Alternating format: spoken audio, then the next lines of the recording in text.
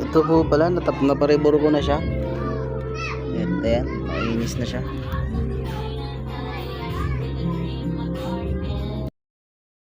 Ito na. Ito na nga po pala, naikabit na natin. Nalinis ko na rin itong spark plug. Ngayon, ikakabit ko na lang ito isa-isa. Yung sa iba. Ito na project natin, bike. Nagama.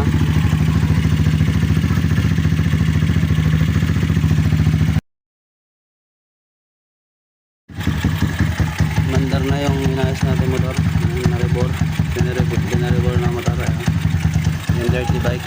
KLX. Nauli ng video. Ito binalitan niya na ng langis. Na change oil na. Motor ng kapatid ko. Pinapalitan niya ng kanyang air. Ano tawag dito?